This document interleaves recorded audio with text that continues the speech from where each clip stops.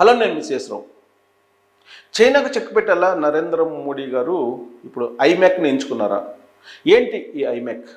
China రూపొందిస్తున్నటువంటి belt and రోడ్డుకి ప్రత్యామ్నాయంగా ఐమెక్ అనేది పనిచేస్తుందా? ఏ విధంగా చైనాకు చెక్ పెట్టారు నరేంద్ర మోడీ గారు అనేది ఇప్పుడు లేటెస్ట్గా చర్చ జరుగుతోంది. అమెరికా అధ్యక్షుడు ట్రంప్ను కలిసిన తర్వాత సీరియస్గా సీన్ మారిపోతోంది. విదేశాంగ విధానానికి సంబంధించినటువంటి అంశాలు కూడా మార్పులు చోటు చేసుకుంటున్నాయి. అమెరికాకు వెళ్ళడానికి ముందు ఫ్రాన్స్కి వెళ్ళారు నరేంద్ర మోడీ గారు.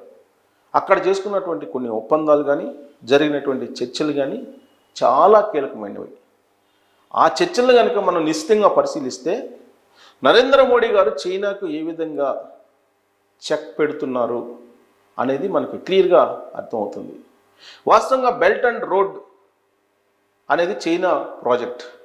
ఆ ప్రాజెక్ట్ కంప్లీట్ అయితే కనుక భారత్కు వాణిజ్యపరంగా ఏదో ఒక రూపంలో ఇబ్బంది కలిగేటువంటి పరిస్థితి ఉంది. అందుకే ప్రత్యామ్నాయ మార్గంగా ఐమెక్ అనేటువంటి ప్రాజెక్ట్ని ఫ్రాన్స్ తోటి కలిసి భారత్ రూపొందిస్తుంది.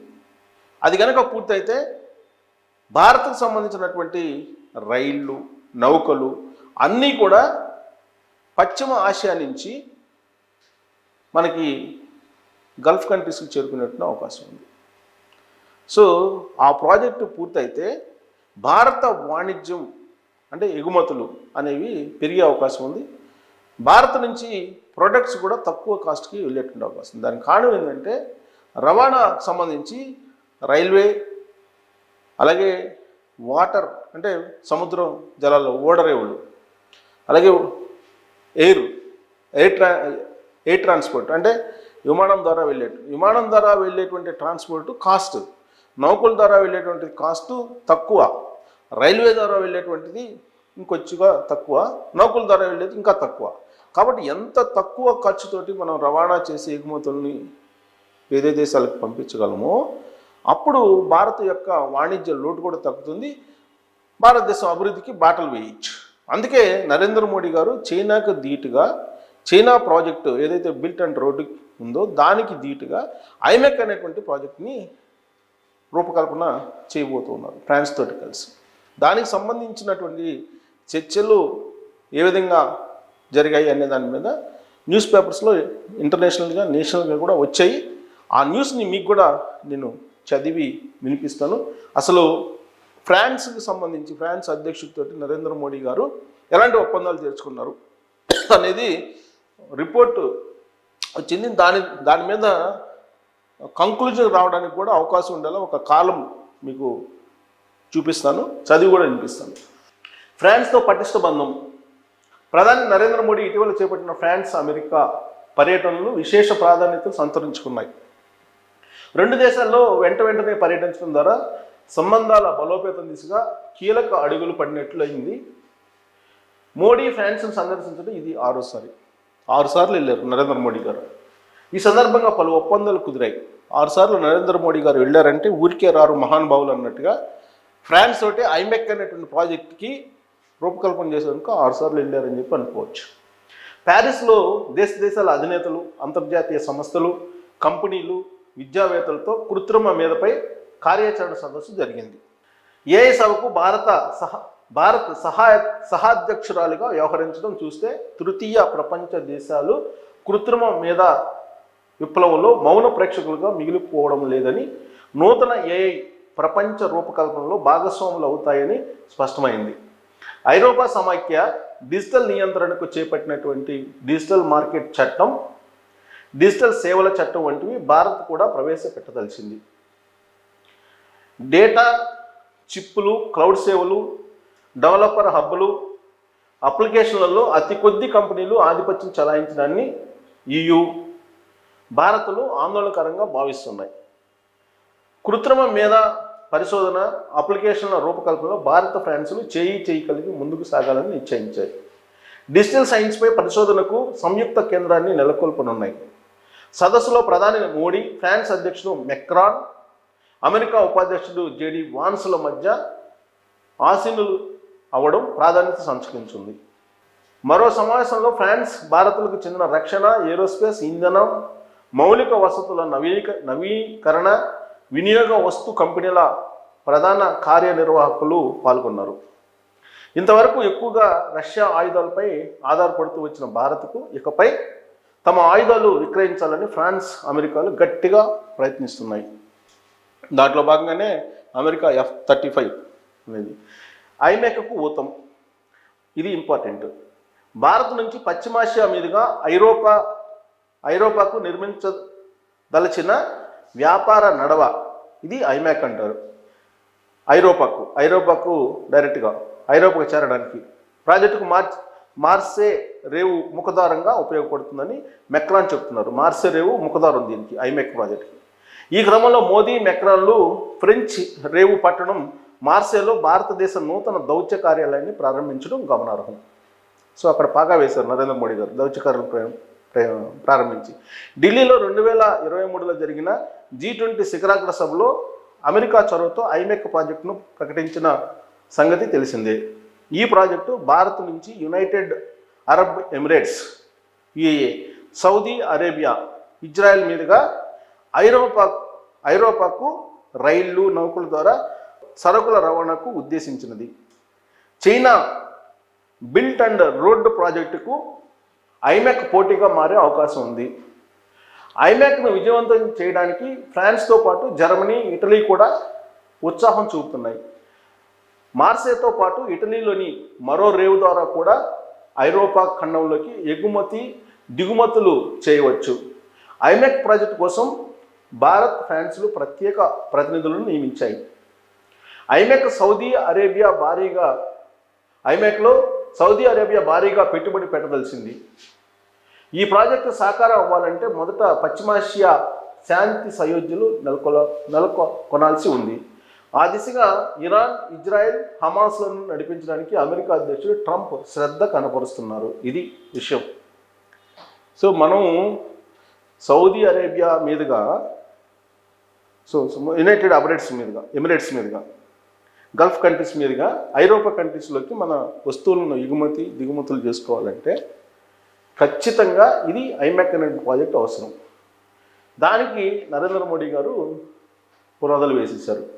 అందుకే ట్రంప్ అధ్యక్షుడిగా అయిన తర్వాత ఇరాన్, ఇజ్రాయెల్, హమాస్ను నడిపించడానికి ఆయన నిర్ణయం తీసుకున్నారు. అక్కడ కనుక శాంతి నెలకొంటే నరేంద్ర మోడీ గారు ఏదైతే అనుకున్నారో అది నెరవేరుతుంది. సంయుక్త ఉత్పత్తి, ప్రతిష్టాత్మక అంతర్జాతీయ థర్మోన్యూక్లియర్ ప్రయోగశాల ITER కేంద్రం అణు విచ్ఛిత్తి ద్వారా కాకుండా అణు సంలీనం, ఫ్యూజన్ ద్వారా విద్యుత్ ఉత్పాదనకు నడుం కట్టింది. సో ఇప్పటివరకు మనం విద్యుత్తులో సౌర విద్యుత్, థర్మల్ విద్యుత్, హైడల్ విద్యుత్, పవన విద్యుత్, వీటిని చూసాం మనం. ఇప్పుడు అణు విద్యుత్తులో కూడా రకాలు ఉన్నాయి. ఒకటేంటి ఫ్యూజన్ విద్యుత్, ఇంకోటి ఏంటి ఫ్యూజన్ అనేది అడ్వాన్స్డ్. ఇది ఫ్యూజన్ ద్వారా, అణు సంలీనం ద్వారా విద్యుత్ ఉత్పత్తిని నడుంగట్టింది ఫ్రాన్స్ అండ్ అమెరికా. నేలపై సూర్యుడిని సృష్టించే యత్నం ఇది. నేలపైన సూర్యుడిని సృష్టించడానికి ఈ ఫ్యూజన్ ద్వారా విద్యుత్ ఉత్పాదన అనేది ఒక పునాది. సో ఇప్పటికే చైనా కృత్రిమ సూర్యుని సృష్టించాలని ప్రయత్నం చేస్తుంది. కృత్రిమ చంద్రుడిని సృష్టించింది. కృత్రిమ సూర్యుని కూడా సృష్టించాలని చైనా ప్రయత్నిస్తుంది. అందుకే ఇప్పుడు కృత్రిమ సూర్యుని సృష్టించడానికి ఒక అడుగు ముందుకు పడింది ఫ్రాన్స్, భారత్ సంయుక్తంగా. ఈ క్రమంలో అణు విచ్ఛిత్తి ద్వారా విద్యుత్ ఉత్పాదనకు ఉపయోగించే చిన్న మాడ్యులర్ రియాక్టర్లు, అడ్వాన్స్డ్ మాడ్యులర్ రియాక్టర్లను సంయుక్తంగా ఉత్పత్తి చేసే విషయం కూడా ప్రధాని పర్యటనలో చర్చకు వచ్చింది. కృత్రిమ మీద అపారంగా విద్యుత్తును ఉపయోగిస్తుంది కాబట్టి SMR, AMRలలో దానికి నిరవధికంగా విద్యుత్ సరఫరా చేయవచ్చు. తదనుగుణంగా అణుశక్తి పరిశోధన, అణు విద్యుదుత్పాదనలో సహకారం కొనసాగింపునకు ఒప్పందం కుదరడం ఉపయుక్తం. ఫ్రెంచ్ స్టార్టప్ల ఇంక్యుబేటర్ స్టేషన్ Fలో 10 భారతీయ సంస్థలను ప్రోత్సహించాలని అంగీకారం కుదరడం ప్రయోజనకరమైనది. కీలక అంశాలపై ఒప్పందాలు కుదిరిన నేపథ్యంలో మొత్తంగా మోదీ ఫ్రాన్స్ పర్యటన పలు విధాలుగా విజయవంతం అయినట్లే. ఇది సో మోడీ గారు విదేశాంగ విధానం ఎంత బలమైనది, భారతదేశాన్ని నెంబర్ 1గా తీసుకువెళ్ళాలనేటువంటి ఒక ఆలోచన, ఒక లక్ష్యం ఎలాంటిది అని అంటే ఫ్రాన్స్ తోటి కుదుర్చుకున్నట్టు ఒప్పందాలే. చైనాని నిలువరించకపోతే భారతదేశం ఆర్థికంగా కూడా వెనకబడుతుంది, అన్ని రకాలుగా వెనకబడుతుంది. At the same time America, France లాంటి దేశాల సహకారం లేకపోతే కూడా భారత్ అనుకున్నది చేయలేదు. అందుకే ఒకవైపు ఫ్రాన్స్ తోటి ఒప్పందాలు కుదుర్చుకోవడం సాంకేతిక పరంగా, రక్షణ పరంగా, మరోవైపు అమెరికా సహకారం తీసుకోవడం, ఇవన్నీ కూడా 2 రోజుల్లో సాధ్యమైంది. ఫస్ట్ ఫ్రాన్స్ దగ్గరికి 6 సార్లు వెళ్ళారు, అక్కడ బలమైనటువంటి బీజం వేశారు. ఆ తర్వాత అమెరికా అధ్యక్షుడిగా ట్రంప్ అయ్యారు, ఆయనతో సన్నిహితమైన సంబంధాలు నరేంద్ర మోడీ గారికి ఉన్నాయి. దాంతో అక్కడ హమాస్ ఇష్యూని మాట్లాడారు. తర్వాత అక్కడ యుద్ధాలు జరుగుతున్నటువంటి ప్రాంతాల్లో శాంతి నెలకొల్పేటువంటి ప్రయత్నం చేయడానికి ట్రంప్ నడుం బిగించారు. కాబట్టి అది నెరవేరితే ఐమెక్ ప్రాజెక్టు పూర్తయినట్టే. ఐమెక్ ప్రాజెక్టు పూర్తయితే భారత్ నుంచి యుఏఏ గల్ఫ్ మీదుగా, సౌదీ మీదుగా, యుఏఏ సౌదీ మీదుగా ఐరోపా కంట్రీస్కి ఎగుమతులు దిగుమతులు సాధ్యమవుతాయి. అది భారత ఆర్థిక వ్యవస్థకి ఎంతో మేలు. 2047 విజన్ ఏదైతే ఉందో, వికసిత్ భారత్ అనేది, అది సాకారం కావడానికి ఈ ప్రాజెక్టు ఎంతో అవసరం.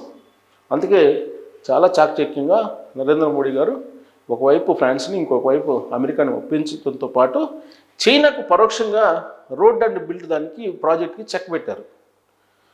అందుకే చైనాని ఎప్పుడు కూడా ఒక కంట కనిపెట్టి ఉంటారు నరేంద్ర మోడీ గారు. చైనాతోటి మిత్రత్వాన్ని ప్రదర్శిస్తూనే మరోవైపు జాగ్రత్త పడుతుంటాడు, బలమైనటువంటి శత్రువు కాబట్టి. అందుకే నరేంద్ర మోడీ గారు మంచి బేరగాడు అనేటువంటి పదాన్ని ట్రంప్ ఉపయోగించారు. అంతేకాదు, నరేంద్ర మోడీ గారికి అమెరికాలో ఆయన ఇచ్చినటువంటి ప్రాధాన్యత బహుశా నేను అనుకోవటం ఏ దేశానికి సంబంధించిన అధినేతలకు కూడా ఇవ్వాల. ట్రంప్ నరేంద్ర మోడీ గారు కూర్చునేటప్పుడు చైర్ పట్టుకొని చైర్ని ఆయన కూర్చోడానికి అందించారని అంటే వాళ్ళిద్దరి మధ్య సాన్నిహిత్యం ఎంత అనేది సోషల్ మీడియాలో వైరల్ అవుతున్నటువంటి ఆ దృశ్యాలను బట్టి మనకు అర్థమవుతుంది. సో కాబట్టి ఈ ఐమెక్ అనేది చైనా రోడ్డుకి చెక్ పెట్టిపోతుందా, లేదంటే అభివృద్ధిలో భాగంగా ఇవి మనకు కనిపిస్తాయా, ఏది మీరు ఎంచుకుంటారు? చెక్ పెట్టడానికి చైనాకి ప్రధానమంత్రి నరేంద్ర మోడీ గారు ఫ్రాన్స్, అమెరికాతో సంబంధాలు పెట్టుకుంటున్నారా? అమెరికా అభివృద్ధి, లేదంటే సైమల్టేనియస్గా జరగడానికి నరేంద్ర మోడీ గారు వ్యూహాన్ని రచించారా? మీరు ఈ ఆర్టికల్ దాని సంక్షిప్తం అలాగే దాన్ని సారాంశం తీసుకుంటే మీకేమర్థమైంది? టోల్స్ రూపంలో తెలియజేయచ్చు. Thank you very much.